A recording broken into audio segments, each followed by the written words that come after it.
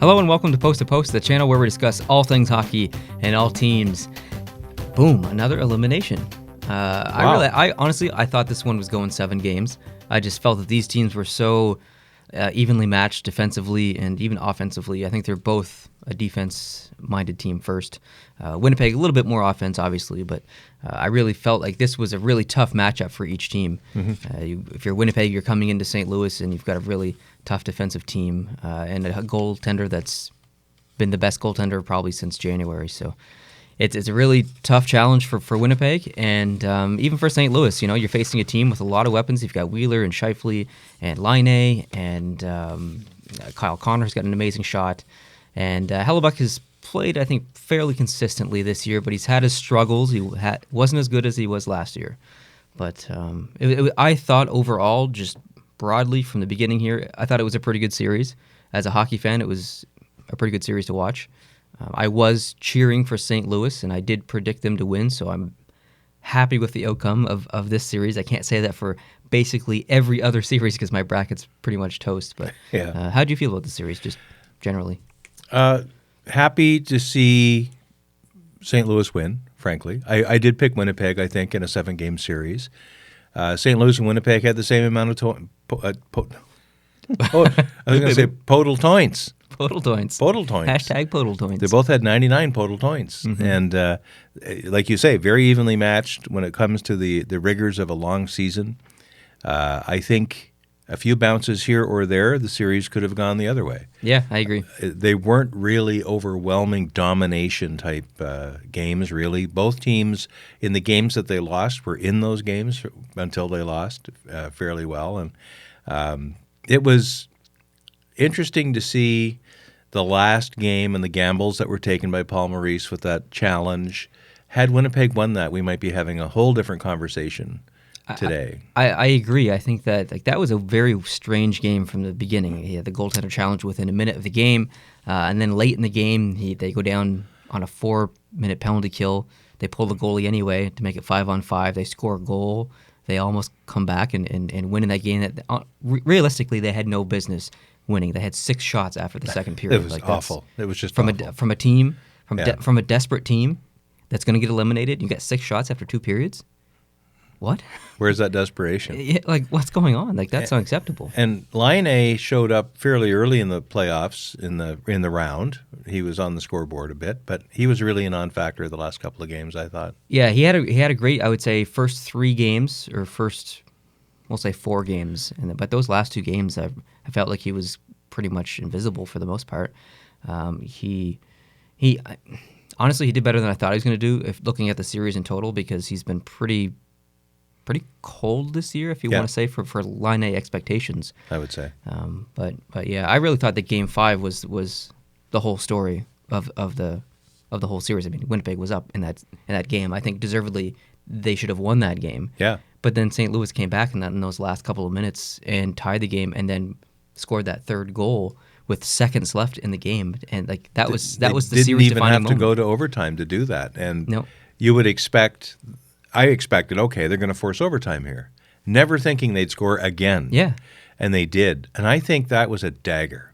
Oh, absolutely, that was the series defining moment. Yeah, that's what changed everything. From that point on, I almost it was pretty much guaranteed that St. Louis was going to win that series. You could just tell, you could feel it in the emotion of St. Louis, and you could feel it in the other side of the coin in the emotion in Winnipeg. They were just deflated, and they came into that 6th game completely deflated. So and there was talk from the other games that happened during the regular season that Winnipeg is a team that doesn't finish well in the 3rd period. Yes. They'd given up a lot of 3rd period leads. Yes. I don't know where they were in league standings in doing that thing, but they were a team that was known for that. And it only actually means anything if the players start believing it too. It's true.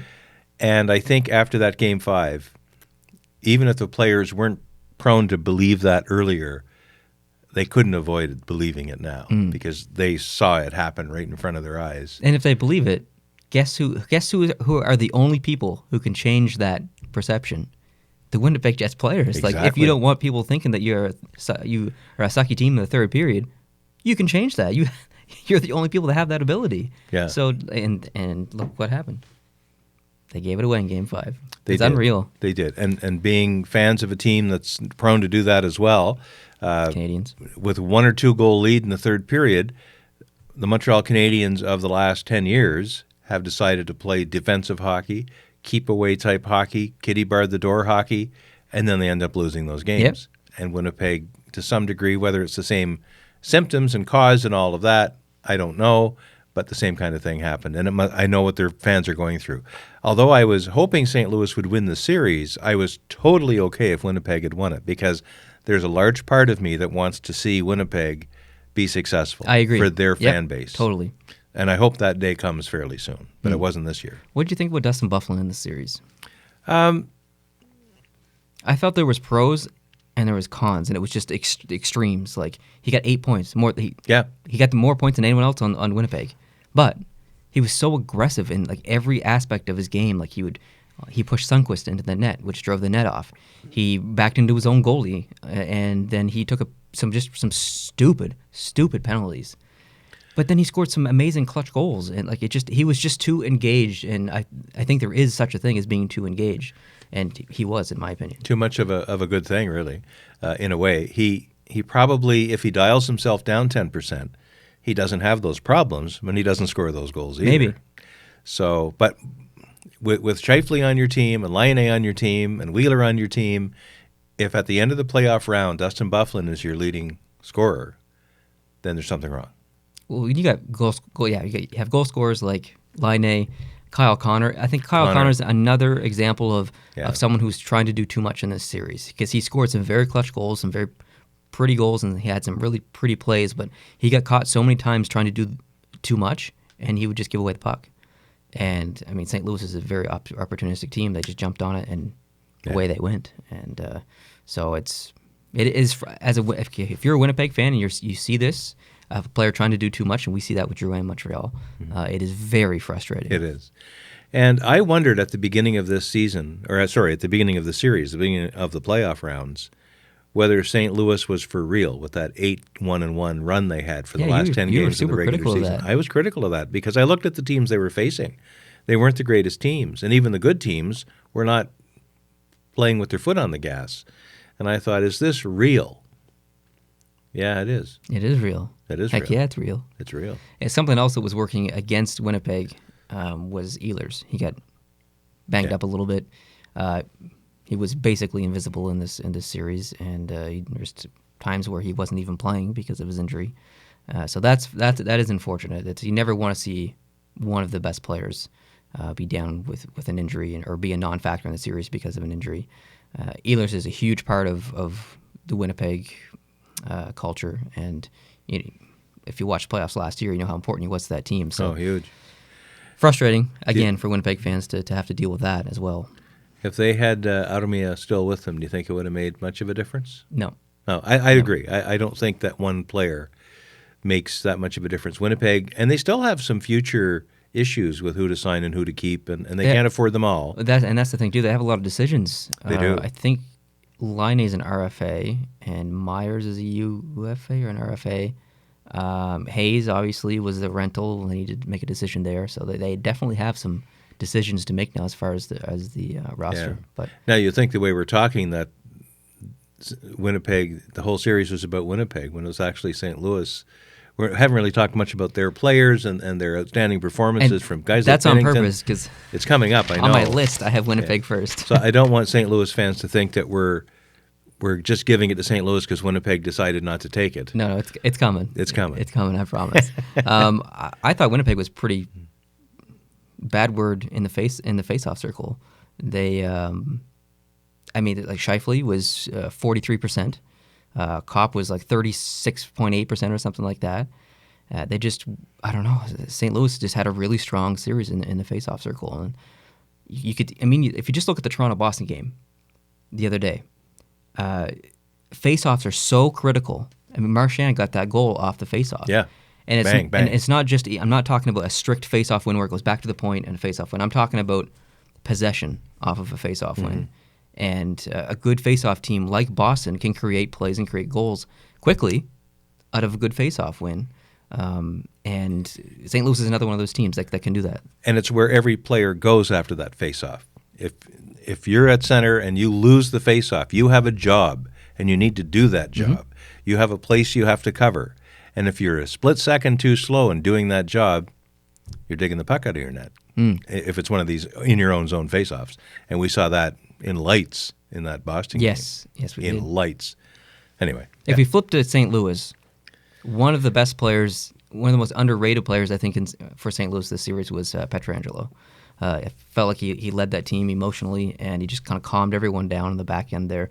There was a play in Game 6, I think it was, where he had the puck behind his own net, and he literally just sat there for almost 60 seconds while St. Louis had the lead at the time. This is an elimination game for Winnipeg, and Winnipeg is not pressuring him behind the net. For 60 seconds, they just let him stand there. What are you doing?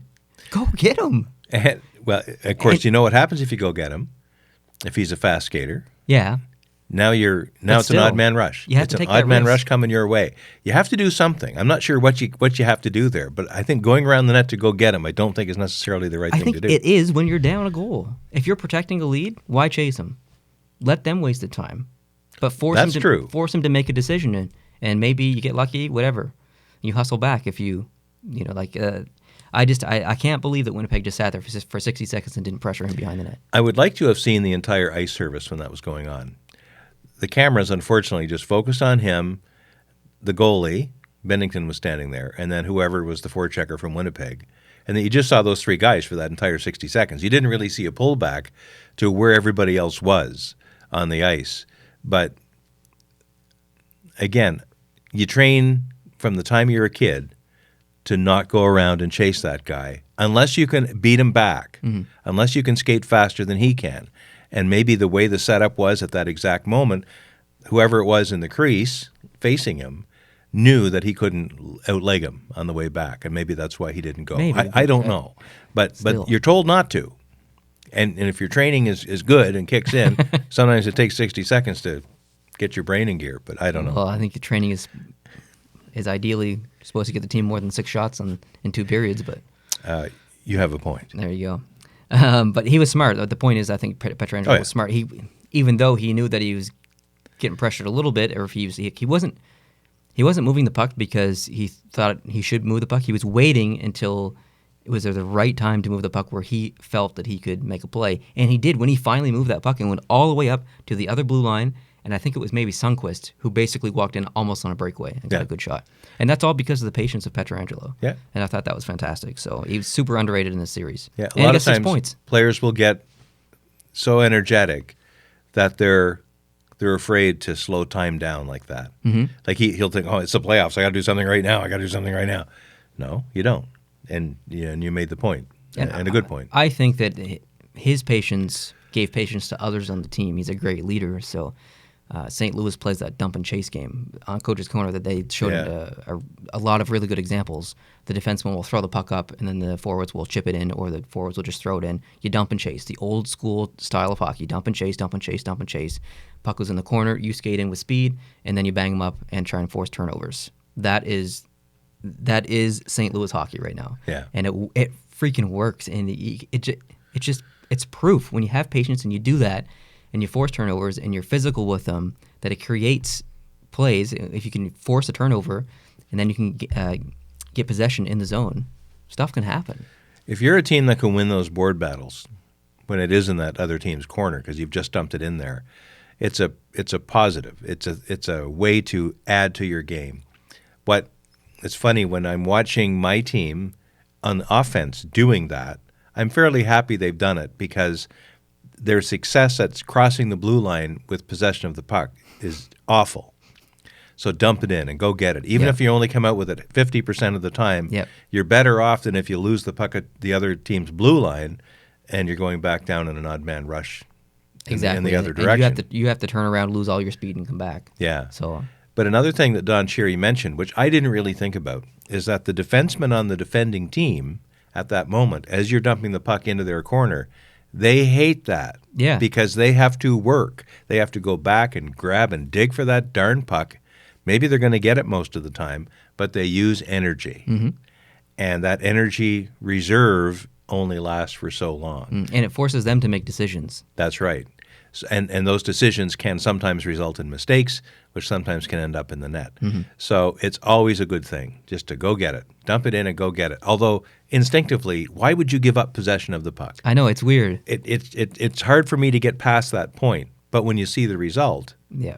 it's worth it. It's a kind of a trust system for sure. It is. If everyone plays by the system, it works. But if someone doesn't, then it breaks down sometimes. Yeah.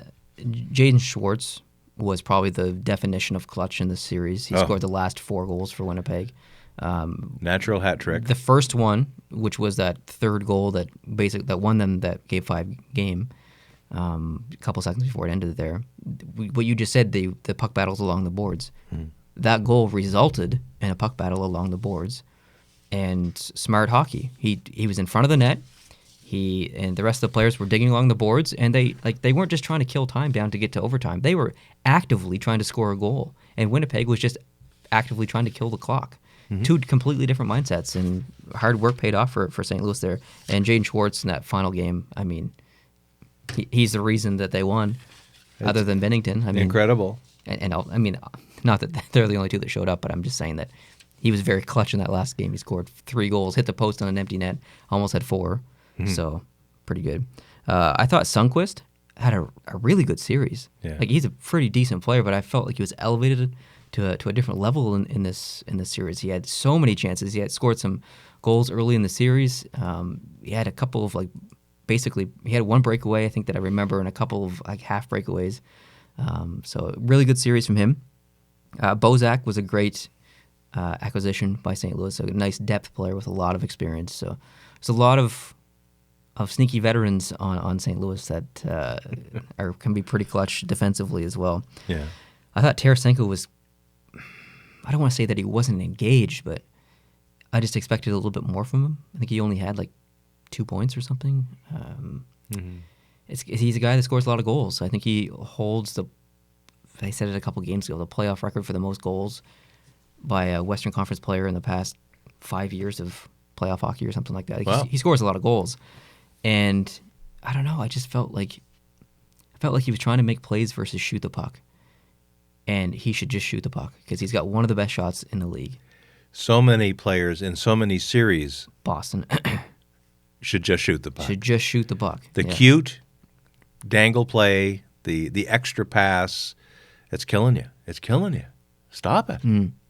Did you notice any play of Robert Thomas, No, the young kid from St. Louis? no. Good. Yeah. Good, because he showed a ton of confidence. He didn't look like a rookie out there. He played very smart defensively. He was a +2.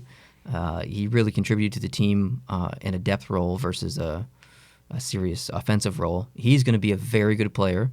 I'm very excited for Robert Thomas. There was rumors, early last year that Carey Price was going to get traded to St. Louis for Carter Hutton, Robert Thomas, someone else, and then a draft pick.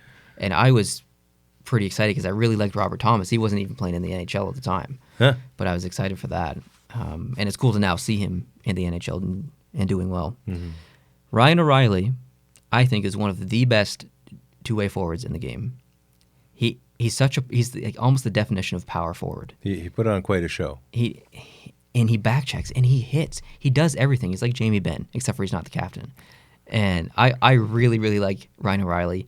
And I think he was nominated for the Masterton? Yeah, or one of the basically most sportsmanlike, whatever that is. Oh, Lady Bing would Maybe be. it's Lady Bing, yeah. So Yeah. I honestly don't really pay attention to the trophies. I don't care about them that much, but it's awesome to see that. He's very well respected around the league, so Cool. that's pretty cool too. Yeah, really like Ryan O'Reilly. I thought he had a pretty good series. I thought Parayko was quiet. Yeah, I mean, but Parayko's But he's so good. yeah, like if again, another thing with defensemen, if you don't hear about him, if he's not making news, that's good. He can play a quiet game. I don't think he was challenged a whole lot this time, maybe. No, I thought he was really strong along the boards. If you in the next series watch Colton Parayko in the corners in his own end, he's so good at protecting the puck and retrieving the puck and getting the puck away from the other team. He's very good at that, so pay attention to that. But I thought he had a good series. Yep. And I don't think it's fair to end this video without talking about Bennington. Oh, I guess we already did a little bit, but he looked like he did exactly in the regular season. So he's the real thing. He's only had like 30 games in the NHL, or maybe up to 40 by now, but he looks pretty good. I mean, he looks really good. I got nothing negative to say. He let in a couple of, maybe one questionable goal in this series, but otherwise, I mean, St. Louis, I don't want to say that St. Louis would have lost this series with Jake Allen, but I think St. Louis would have lost the series with Jake Allen. Really? Yeah, I do. I guess it depends what Jake Allen you're getting. Now that he's been riding the pine for quite a while, and Binnington's really been the number one goalie now. Yeah, but we saw that last year with Carter Hutton. Yeah. Carter Hutton really took over the show last year and played a ton of games. And then, I mean, Jake Allen actually has had a pretty decent year compared to this last two. So maybe they would have won the series. Jake Allen on his game is one of the best goalies in the league. So, anyways, it's exciting. I'm happy for St. Louis. I'm definitely sad for Winnipeg. I like Winnipeg a lot. I like a lot of their players. Yeah. I know a lot of their fans. Their fans are really good, really nice people. I've never met a Winnipeg Jets fan that I didn't like. So, yeah, really. And same for St. Louis. I've never met a St. Louis fan that I didn't like. So I like both these teams. It's too bad that they can't both move on, but I'm happy for St. Louis that they get to move on, and congratulations to the St. Louis Blues fans. Do you have anything else to say about the series before? I'm good. I'm just looking forward to the next one. Heck yeah. Yeah. And we may find out who they play tonight because Nashville and Dallas play, and Dallas might eliminate Nashville. That game's coming on in roughly 45 minutes as we're filming this, so pretty excited for that one. Hope you guys are too. If you're not subscribed to the channel, hope you can hit the subscribe button down below and join us for all future videos, because we're going to be talking lots of hockey and specifically playoff hockey in the next 2 months. So we'll see you in those future videos. Adios.